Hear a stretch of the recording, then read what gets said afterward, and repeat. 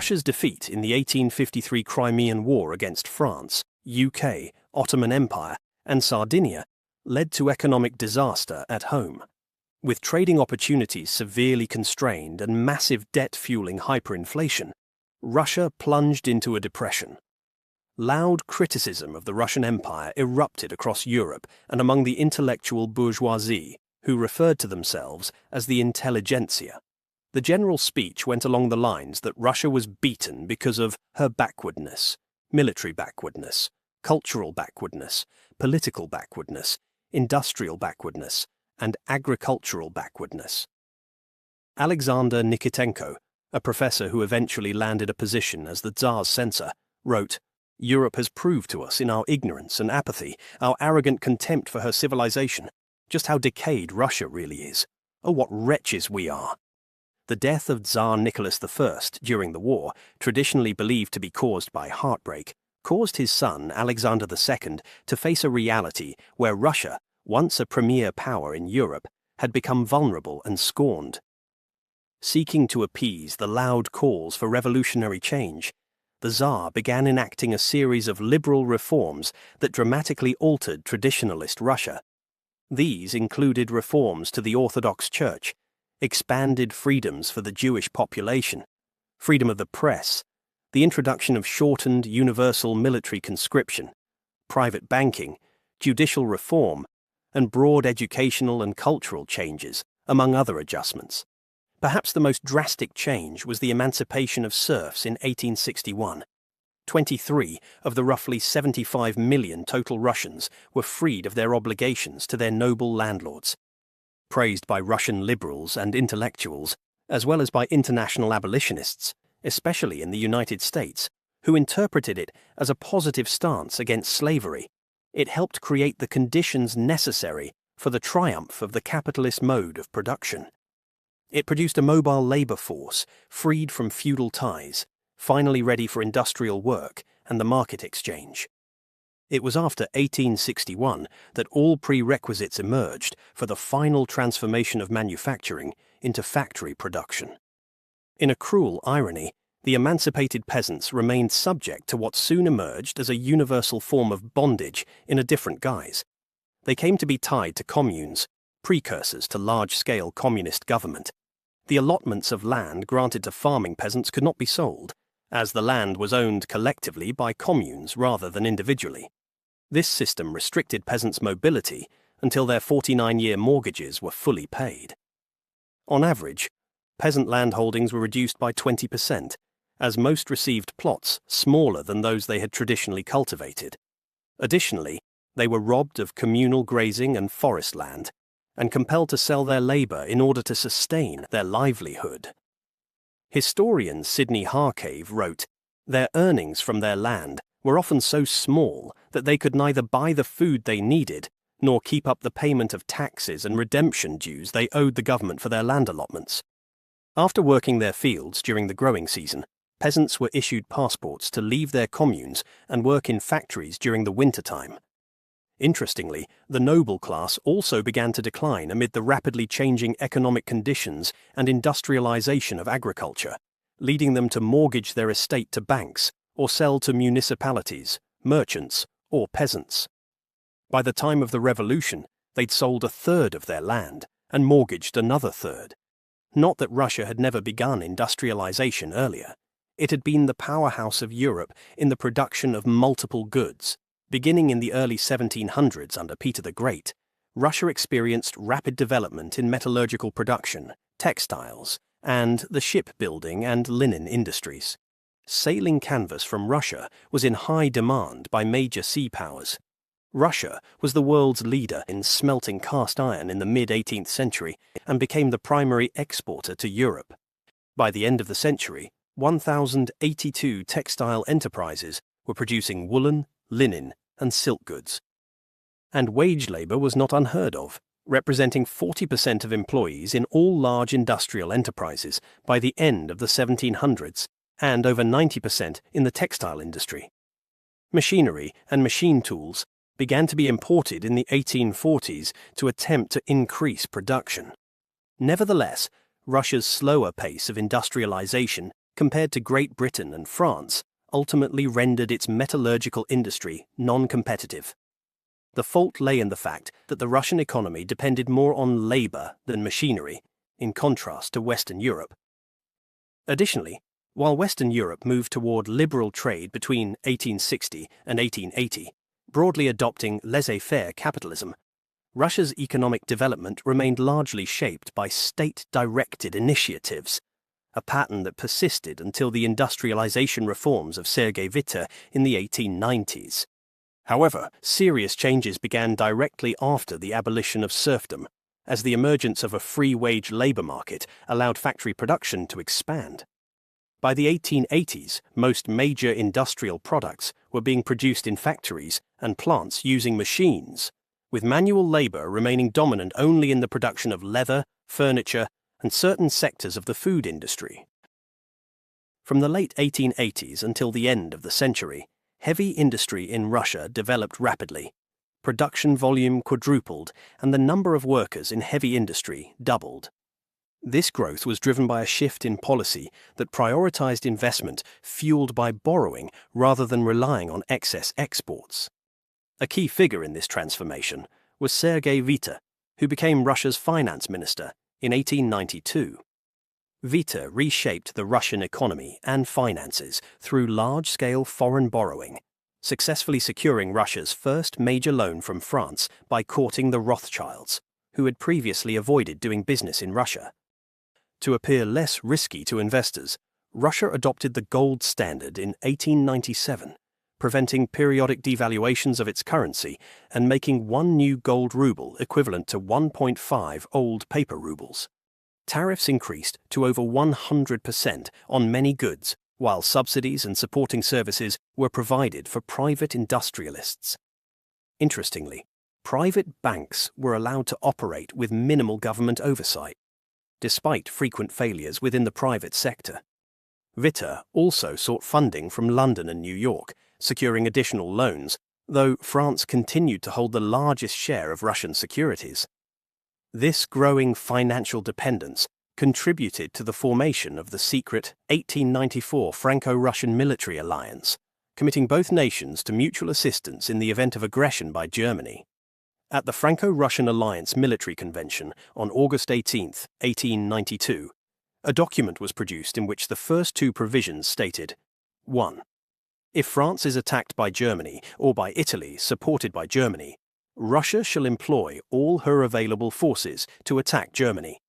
And number 2, in case the forces of the Triple Alliance, or of any one of the powers belonging to it, should be mobilized, France and Russia, at the first news of this event, and without previous agreement being necessary, shall mobilize immediately and simultaneously the whole of their forces, and shall transport them as far as possible to their frontiers. The fifth provision stated, France and Russia shall not conclude peace separately. French direct investment in Russia increased by 250% during Witte's administration, making Russia the largest international net borrower, beholden to France, the United Kingdom, Belgium, and Germany. By 1900, foreign investors held ownership of 50% of heavy industry, 90% of mining operations, 70% of ore and coal production, 50% of chemical industries, 23% of total capital in the largest banks, and a whole 100% of oil fields, made possible by the fact that the Russian government abolished state control of petroleum in the 1870s. Overall, foreign investment had quadrupled since 1890. Investments generated significant profits for French banks and attractive yields for private citizens. In 1900, Russia ranked among the largest economies in the world, following the United States, the United Kingdom, and Germany. It was the fourth largest producer of steel and the second largest producer of petroleum globally. Additionally, Russia led the world in grain production and ranked as the largest exporter of grain, sugar, and a variety of other agricultural products. Russia remained the world's fourth largest economy even on the eve of the revolution. Yet in 1913, the average GDP per capita was $1,488, below the world average and comparable to that of a typical Latin American country. It was 3.5 times lower than the United States and 3.3 times lower than the United Kingdom. Russian industrial workers were among the lowest paid in all of Europe. Peasant discontent was widespread, as financial hardship persisted despite a highly productive environment.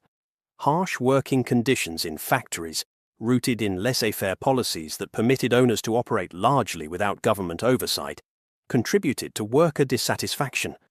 Falling international grain prices, rising foreign debt, and growing import needs exacerbated the crisis.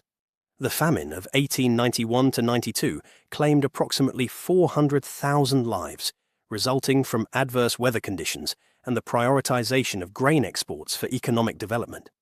The whole late 19th century in Russia was characterized by recurrent famines, persistent peasant poverty, pressures from rapid industrialization, adverse climatic conditions, post-emancipation land issues, and lagging infrastructure. Because the Russian economy had become deeply tied to European finances, the sudden contraction of Western money markets in 1899 to 1900, particularly from France, Belgium, and Germany, was a disaster. It caused an unexpected sharp drop in foreign capital inflows into Russian government bonds and securities. This plunged Russian industry into a deep crisis, lasting until 1903, even when European industrial production quickly recovered. This shock triggered a recession, particularly in the heavy industry, mining, metallurgical, and machine building. In addition to mass unemployment in cities, rural populations suffered at the same time. Masses of hungry peasants roamed the countryside in search of work, sometimes traveling hundreds of kilometers. In 1902, in the Kharkov and Poltava provinces, thousands rioted, destroying property and looting the homes of nobles. The Tsarist government responded by forming a series of investigative committees to examine the causes of the widespread unrest. Contemporary observers came to the conclusion that Russia faced a grave and intensifying agrarian crisis at the turn of the century, driven primarily by rural overpopulation, with an annual excess of 15 to 18 live births over deaths per 1,000 inhabitants. The Jewish population was becoming increasingly agitated. Concentrated in the western borderlands, known as the Pale of Settlement, from Ukraine to Latvia, Jews resented that they were forbidden to settle or acquire land outside their cities and towns. Many reportedly grew increasingly impatient and resentful of Russification, a policy of cultural assimilation that can be defined as a process culminating in the disappearance of a given group as a recognizably distinct element within a given society. Multiple novel political parties sprouted up at this time, including the Marxist Russian Social Democratic Labour Party in 1898, the Socialist Revolutionary Party in 1902, Union of Liberation in 1904, and Union of Zemstvo Constitutionalists formed in 1903. Vladimir Ilyich Ulyanov, better known as Lenin, first appeared in politics by joining Marxist circles in St. Petersburg in the early 1890s, co-founding the Union for the Struggle for the Liberation of the Working Class in 1895, leading to his arrest and Siberian exile. After 1900, he continued revolutionary work from Western Europe, adopting the pseudonym Lenin and publishing works like What is to be Done in 1902. The pamphlet called for a secret, highly disciplined, centralized party of professional revolutionaries to lead the Russian working class toward socialism. Worker strikes broke out in the Caucasus in 1902, initially sparked by wage disputes, and continued to spread in the years that followed. Leon Trotsky himself spearheaded strike actions in more than 200 factories. Vladimir Lenin likewise urged the Bolsheviks to pursue violent insurrection, invoking slogans such as armed insurrection and mass terror. In late 1904, liberals initiated a series of political banquets modeled on the Campagne des Banquets that led up to the French Revolution of 1848.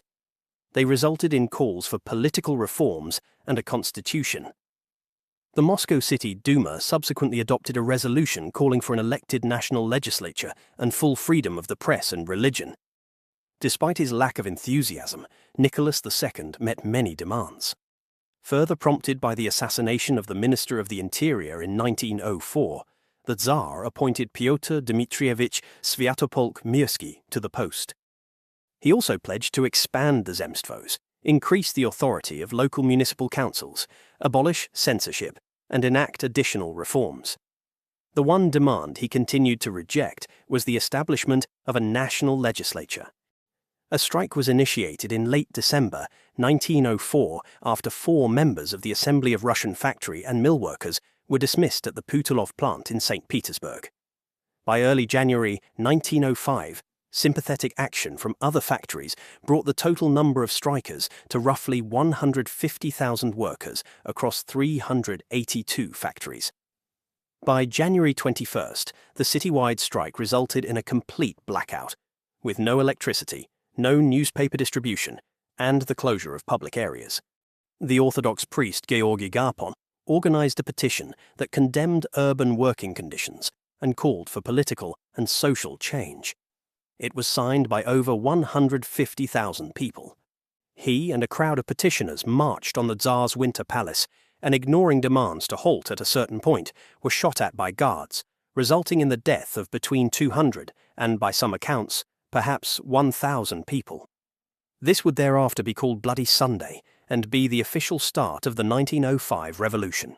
Some historians contend that social unrest was partially attributable to mass amnesties enacted by the Tsar, leading to a historically low number of prisoners. Soon afterwards, in the same month, 400,000 workers in Russian Poland went on strike. Half of European Russia's industrial workers refused to work, and 93% of those in Poland. Earlier that January, the Tsar had appointed a government commission to inquire without delay into the causes of discontent among workers in the city of St. Petersburg and its suburbs. Unfortunately for him, it failed. The commission was meant to include elected workers' delegates. However, elections were blocked by socialists who wanted to divert workers' attention away from elections to the armed struggle. Following the assassination of his uncle in February with a bomb, the Tsar promised concessions including granting civil liberties, establishing a representative parliament, the Duma, and ensuring no laws passed without its consent. In April 1905, Vladimir Lenin and his Bolshevik faction of the Russian Social Democratic Labour Party held their third party congress at the Brotherhood Church. Located in London, this particular church taught Christian anarchism. Vladimir Lenin presented his pamphlet, 2 Tactics of Social Democracy in the Democratic Revolution, outlining the Bolshevik strategy during the 1905 Russian Revolution, arguing for proletariat leadership, armed insurrection, and the formation of a revolutionary government. The St. Petersburg Soviet formed on October 26, 1905, and called for a general strike, including refusal to pay taxes and an en masse withdrawal of bank deposits. On that very day, over 2 million workers went on strike, and almost no railways worked in Russia. Growing inter-ethnic confrontation throughout the Caucasus resulted in Armenian Tatar massacres. Unrest occurred in army reserve units as well, following the unsuccessful and bloody Russo-Japanese War. Lasting from 1904 to 1905, the war resulted from rivaling imperial ambitions between Japan and Russia concerning Manchuria and the Korean Empire. In 1904, Japan attacked Russia, supported by American financier Jacob Schiff, who covered half of Japan's war expenses, seeing the war as a momentous struggle between the northern Goliath and the far eastern David. Motivated by anti-Tsarist sentiment and appalled by the anti-Semitism inside Russia, he had said, "If the Tsar will not accord our people these desired liberties, then a revolution will bring about a republic which will assure us our rights." Additionally, British financiers like the Rothschilds contributed to Japan's war effort, while Russia relied on its own state coffers. During the military unrest, there were instances of mutiny aboard naval vessels, but they were short-lived, as the armed forces remained largely loyal. Desiring to avoid massacre, the Tsar signed the October Manifesto on October 30, 1905. Sick with shame at this betrayal of the dynasty, the betrayal was complete. He followed demands of the Zemstvo Congress, allowing the formation of political parties, establishment of Duma as a central legislative body, and extending franchise towards universal suffrage. Sergei Vita became Russia's first prime minister that month. Reportedly, spontaneous demonstrations of support erupted in all major cities. Terrorism and unrest, however, would continue until December. Vladimir Lenin famously described the 1905 revolution as the dress rehearsal. He also stated, "We need the real nationwide terror which reinvigorated the country and through which the great French Revolution achieved glory." His desire would come true after being brought back from exile with German assistance during World War I. As for the Bolsheviks' professed devotion to the common man, it proved conditional. Trotsky would go on to help lead the 1917 revolution, declaring, "Root out the counter-revolutionaries without mercy, lock up suspicious characters in concentration camps, shirkers will be shot, regardless of past service." As Lenin himself put it, "I don't care what becomes of Russia. To hell with it. All this is only the road to a world revolution." The Red Terror would begin in 13 years.